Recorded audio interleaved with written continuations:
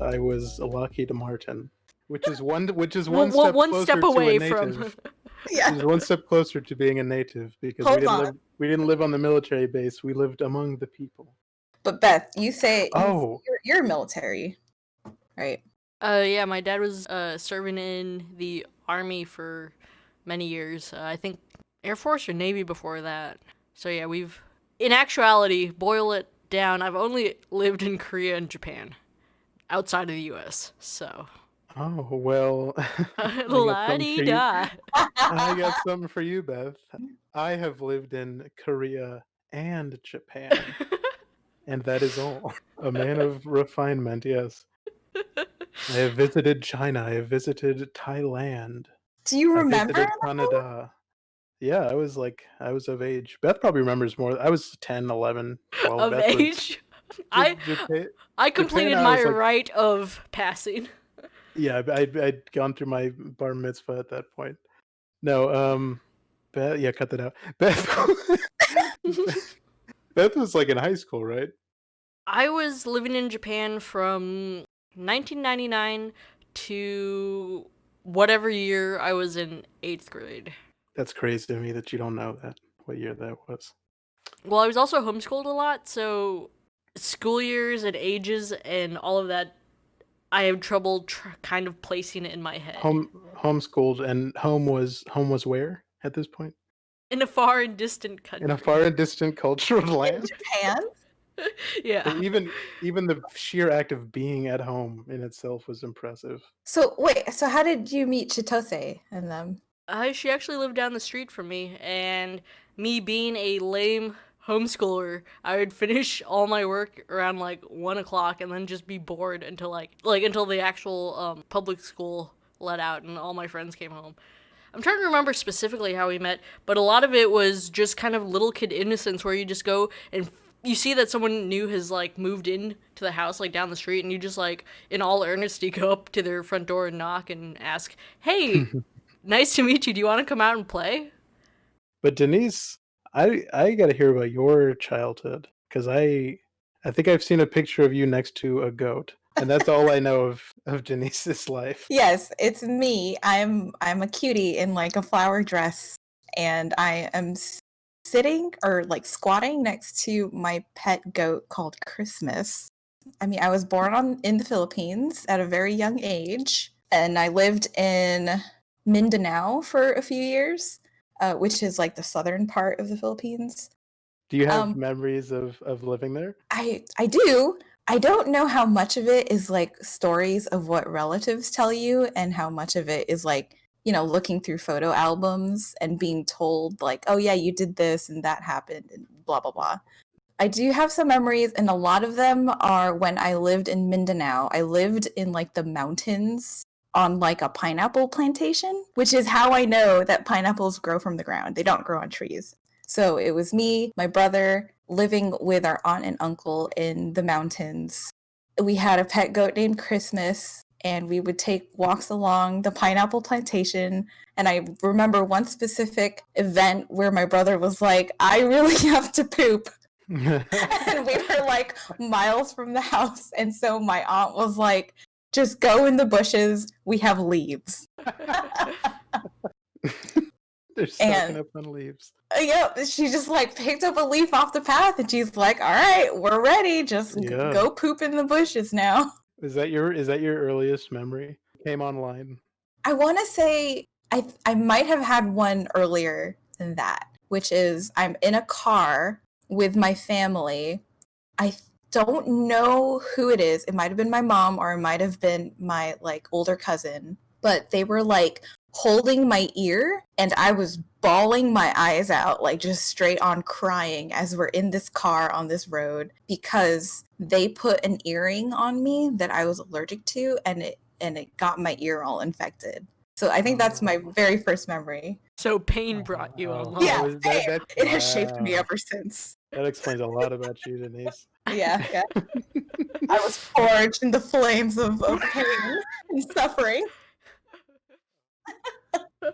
Oh man, speaking of just getting ghosted by faraway friends, you just reminded me of this letter I have when we were living in Korea, we visited this other school, and we all had to like we had like pen pals. We'd pair up with like other kids, and this kid wrote me a letter all in Korean, and this was like 2001, and I said, you know what, I'm gonna ask our Korean teacher how to read like what it says, and I never got around to it, and it's been 19 years, and I just have this letter that I don't know what it says. The only thing that I can read is the words "Top Gun" in English. Yeah, da da da da da, Top Gun. Da da da da da da. That's I amazing. I know people um, that speak Korean, I think. What's yeah, there's almost there's like just like a shroud of mystery around it because I'm like, is he gonna reveal memories from that day that I don't even? Yeah, it's crazy. I'm sure he's gonna just hey, it was fun having you here, It's or just maybe like it's a dissertation on Top Gun. yeah, yeah. or I not really even that. hope It was like maybe it was just like, Top Gun I don't really get the hype. It's kind of overrated. yeah.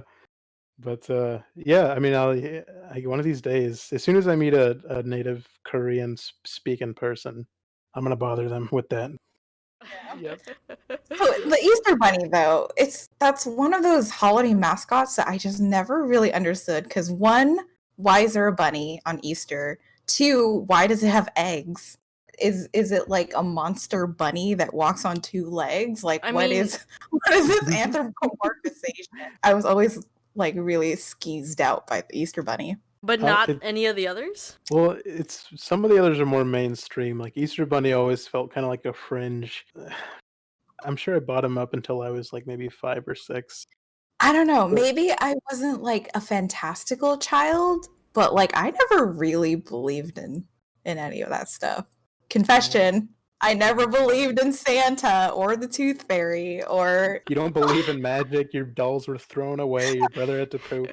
If magic existed, I would not have experienced. If out of Santa my were head. real, he would have replaced those dolls. It was weird. That makes more sense. It was weird. I had the ability to kind of selectively. I was like, Tooth Fairy's not real. Easter Bunny's not real. Santa's definitely real. Like it was one after. I think the Easter Bunny went first, then Tooth Fairy second, and Santa somehow. I was like, but they wouldn't. He's on Rudolph. Like he just seemed more legit. He was on Coca-Cola commercials. Yeah, like he actually had like a person associated with him and like a location. Like, oh, he lives in the North Pole. Yeah, and I've met him. He was at the mall every year. He was just everywhere. Yeah, the Tooth Fairy's invisible. She like you don't see her until you wake up. Did you finally just be like, you know what? Yeah, you're not real. I always hear the thing of like people deciding if they want to tell their kids because they might have like a Beth child who that'll be like a big moment. For me, it was just sort of a cross dissolve into just reasoning with myself in my head, and I can't even pinpoint the moment. It was just the moment that it didn't all add up. None of this makes sense. Yeah, I remember the first time somebody was trying to pretend there was a Santa, and I felt kind of secondhand embarrassed Embarrassment? because they were trying really hard, like they were opening a door, like, oh, sorry, Santa, he's in here. Oh, go to sleep, Michael.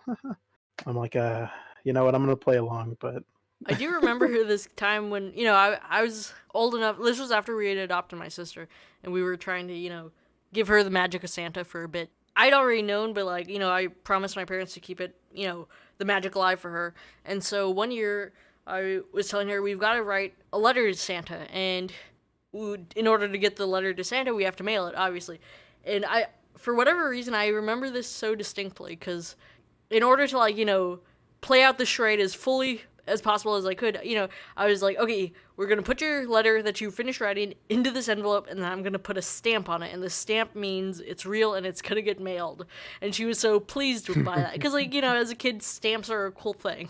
And then I go and I give it to my dad, and I'm like, and he got so pissed that I use a real stamp. Like, that costs money. Do you realize?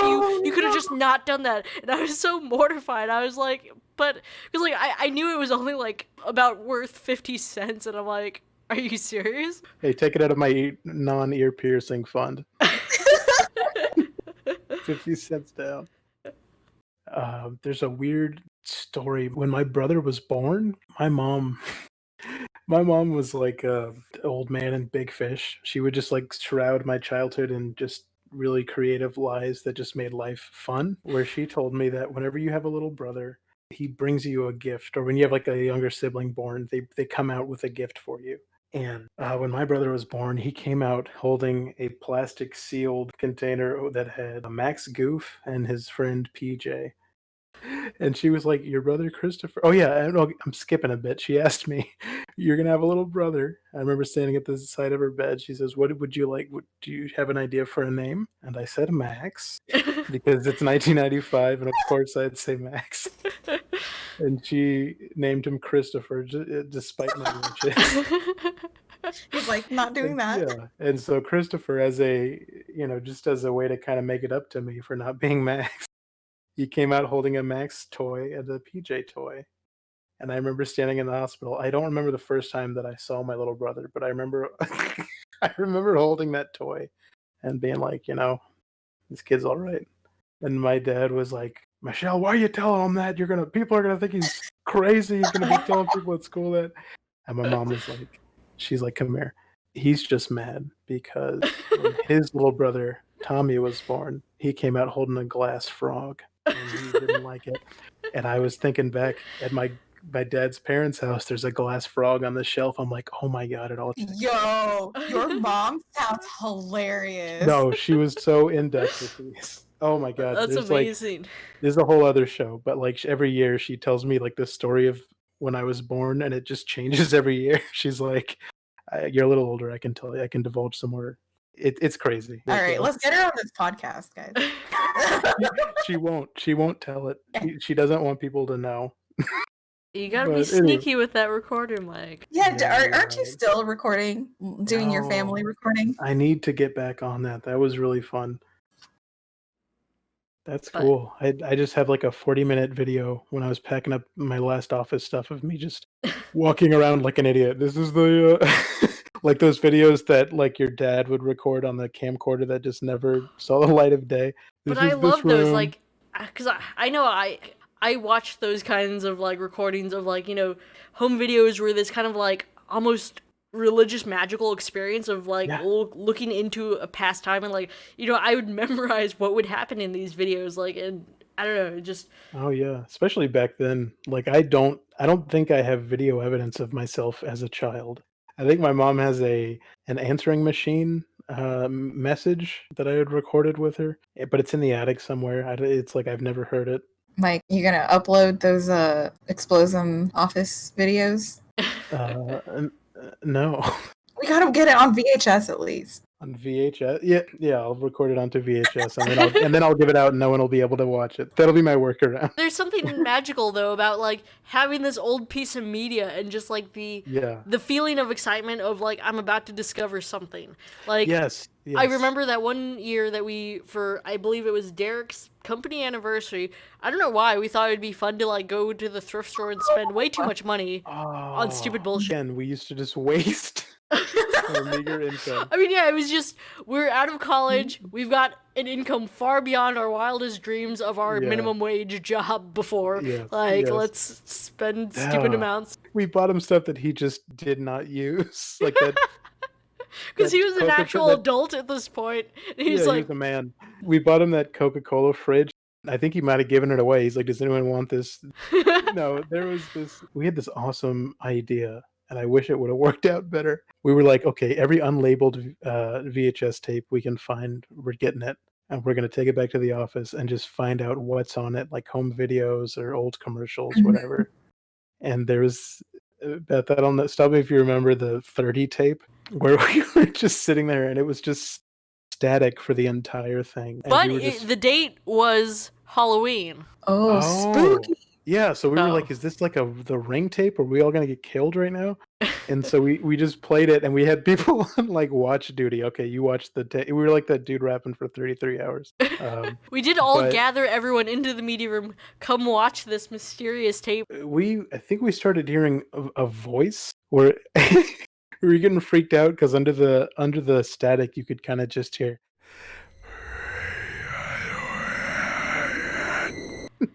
It was very weird. I would have noped out. Bye. And now I remember, Beth, you did something that the hoarder in me thought was unthinkable. I remember you like peeled this sticker off of some home recording of Return of the Jedi. No, it was the second one, Empire Strikes Back.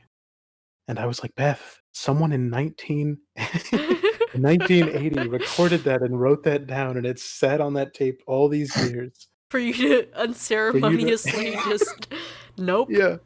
Do I have that tape? No. Is it in a box that we packed up at the office? Yes. Will it ever be watched again? No, because it doesn't have a label on it. Well, okay, we should wrap up. It's 2.5 hours. Hello, everyone. All right. That was a good chat, though. I feel like I learned a lot about you guys. Same. I forgot that we were kind of recording after a while. Oh, good. That's exactly what I was hoping for. Spill your secrets. Yeah, I'm worried. What did I say? You'll hear Bank it account, after. pin, the